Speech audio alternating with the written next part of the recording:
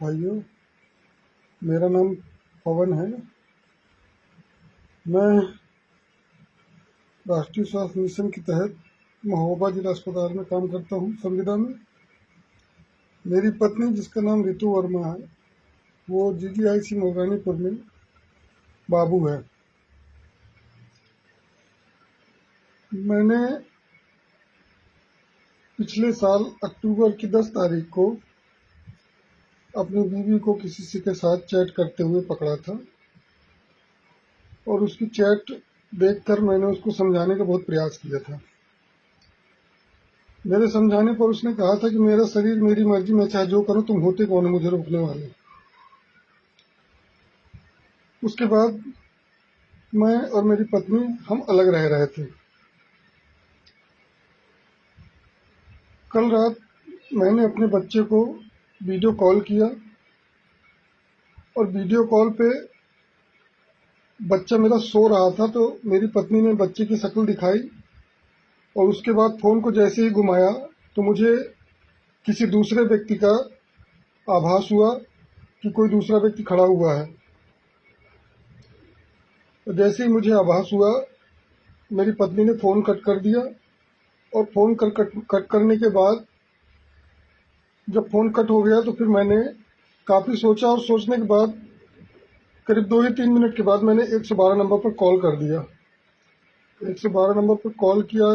उसके बाद पुलिस पहुंची वहां पे और पुलिस पहुंचने के बाद जब मेरे किराए के मकान में पहुंची, जो कि मोगरानीपुर में है, गांधीगंज में, तो वहां उन्होंने दरवाजा खुलवाने का काफी प्रयास किया और काफी हल्ला गुल्ला हुआ, जिसके कारण सारे मोहल्ले वाले भी लगभग उठ गए और सभी लोग देखने लगे कि पुलिस क्यों आई हुई है।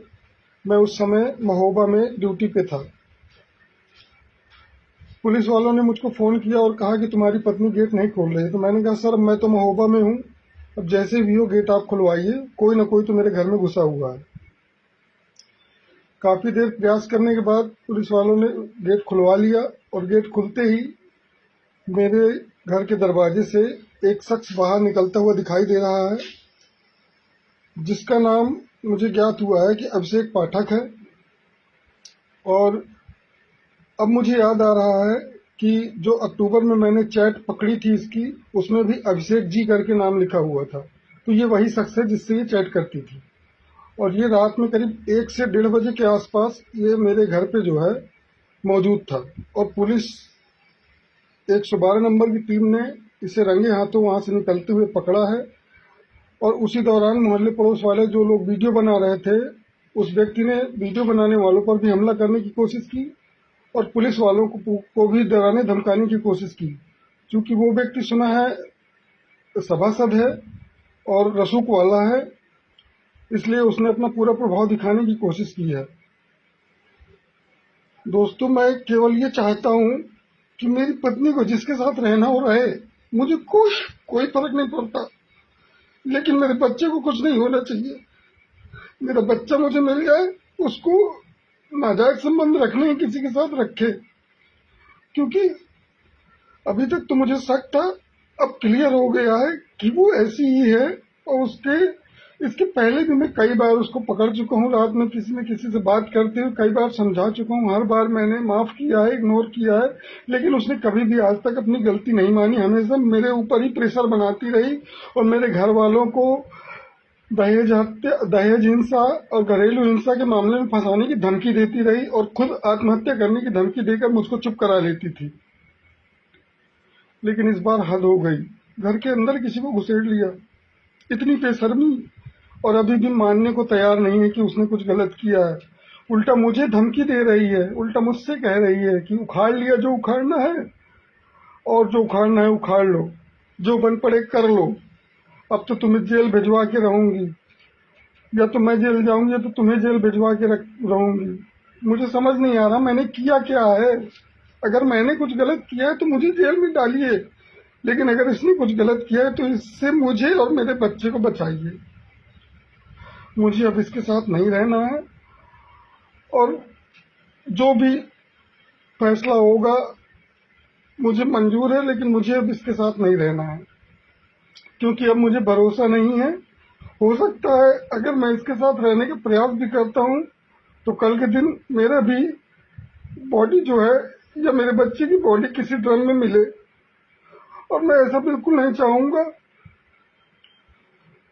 तो इसलिए मेरा प्रशासन से अनुरोध है कि मेरी इस विनती को स्वीकार करें और दोनों के खिलाफ उचित कार्रवाई करने की कृपा करें, जिससे मुझे न्याय मिल सके। अन्यथा की स्थिति में मेरे साथ कुछ भी हो सकता है, कुछ भी हो सकता है, कुछ भी हो सकता है। मुझे धमकी दे रही है कि मैं मर जाऊंगी, तुम्हारा और तुम्हारा परिवार पूरा फंस जाएगा, मैं फंसा के जाऊंगी। अगर उसने खुद को कुछ कर लिया तो भी मुझे परेशानी होगी, और अगर खुद को नहीं कुछ किया तो मुझे कुछ करवा देगी। मुझे अब उस पर बिल्कुल भी भरोसा नहीं है, वो कुछ भी कर सकती है। जो स्त्री सबके सामने पकड़ जाने के बाद भी ये बात ना माने कि उससे गलती हुई है, वो कुछ भी कर सकती है। वो बिल्कुल बेशर्मी की हद पार कर चुकी है। अब उसके साथ रहना मेरे और मेरे बच्चे के लिए खतरे से खाली नहीं है। यहाँ तक कि मुझे ये भी सुनने में आया है कि जब उस व्यक्ति को पुलिस थाने ले गई थी तो उसके पीछे पीछे मेरी पत्नी अपने बच्चे को सोता हुआ घर पे अकेले छोड़कर बाहर से ताला लगाकर थाने उसको छुड़ाने गई थी। उसके बाद वहां से पुलिस के द्वारा मुझे फोन किया गया और मुझसे कहा गया कि आप जहां भी हैं आप मऊरानीपुर थाने आइए और अपनी कार्रवाई को आगे बढ़ाइए।